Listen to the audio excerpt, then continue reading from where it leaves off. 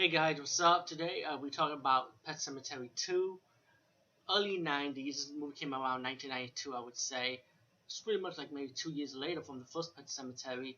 And I heard rumors that there are people with trial and error towards this movie. Some people felt like this was like a music video instead of a movie, but I actually enjoyed this movie. It wasn't bad. And same thing, No, I think the first movie I saw from HBO. The second movie I think I just rented it on video cassette if I'm corrected. That's a long time ago. And like the first Pet Cemetery, I would say this is probably the second time I actually saw this movie. You know. So anyway, let's get to the point. Um, the movie's about Edward Furlong's character, who's the son of his mom. He has a mother who's a famous actress.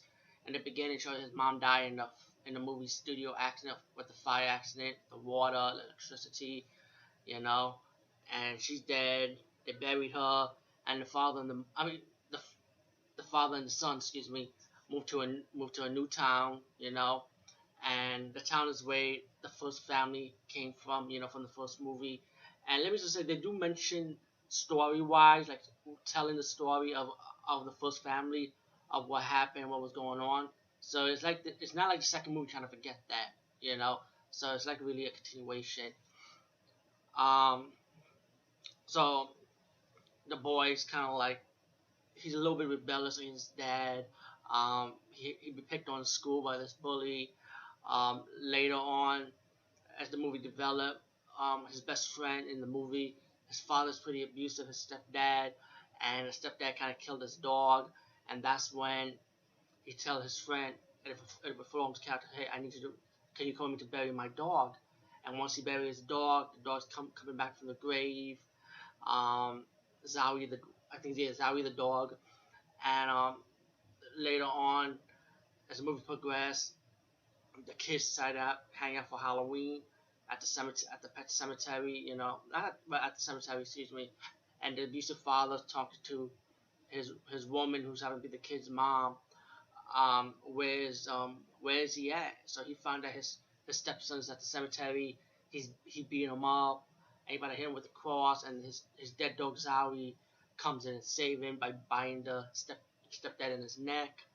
And then the boy and Edward Furlong's character decide, okay, let's bury him too. And then he comes back from the grave, and he start getting violent towards his woman, and he's just getting violent with his rabbit collection, skinning them, and like the two kids, like they look at him like they don't find it kind of weird or something. They just sitting right next to him saying, "Yo, this guy's dead." I mean, I know he's dead, but this is kind of going far fetched, you know. And as for the father, he sends like a blood sample of the dead dog to another doctor, and he's saying that that dog is dead. And Anthony Edwards, who plays the father of Edward Furlong's character, he thought it was like that's impossible. And then he went to see the original doctor. They sent a dead blood sample to the same doctor before that, and he started mentioning about the Creed family. That he did that. He sent a blood sample with a cat that happens to be dead named Church, which Church was the cat from the first movie. And that's where Anthony Edwards' character was like wondering like what the hell's going on. Later on, Edward Furlong's character was like, let me fast forward. While the stepdad of the best friend of Edward Furlong's character, he's going after his stepson while the stepson saw his stepdad killed the bully with the motorcycle, and the stepdad's chasing his stepson, and the stepson comes out to his mom, say, "Let's drive out. He's crazy. He's gonna kill me." And they driving off while the stepdad's chasing his wife and his stepson, and he killed both of them in a car accident. And later in the movie, Edward Furlong's character is wearing a suit. He started telling his dad that I'm gonna bring like pretty much his mom back to life. There's a way of doing it.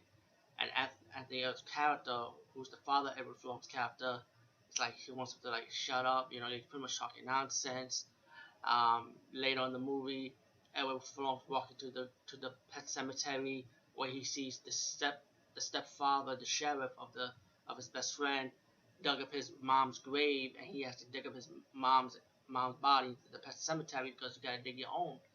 And once he did that, he goes back to the house. At the Edo's character finds out that his wife, who was buried in the graveyard, got dug up by the sheriff, and he went to the sheriff's house, and then they ended up having a conflict. They fought, and once I think Edo's character survived that, he walks out, and then he goes back to his house.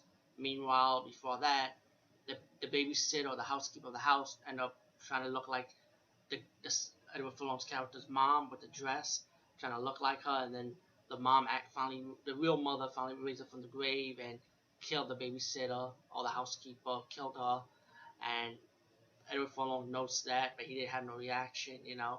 And then the father comes face to face with his dead wife, and he was like shocked by seeing her, while the dead mother of the Edward Furlong's character is gonna talk to her husband one on one. Once he was about to open the door, the bully that the sheriff killed came back to life because the sheriff buried him also, and he's gonna fight Edward Furlong's character one on one. Like him and the bully was fighting, the dead bully, and then Edward Furlong's character defeated the bully, and then Edward Furlong's character finally realized, he finally waking up, like, this is so wrong. What the hell's going on? And he set the house on fire pretty much. The father and the son of the movie walked out while the mother's like dying from the fire, and they left. And at the end of the movie, they decided to start the life over again by leaving the town. So all in all, Pet Sematary 2 was good. It was enjoyable. I like the first one. I like the second one. Even though the second one has mixed reactions. And also, there've been rumors of maybe a possible remake for this movie. I don't know if people will be happy about that. To me, I don't find it like no problem at all. If they want to remake it for a newer generation, I'm all for it. Anyway, peace, guys. See you later.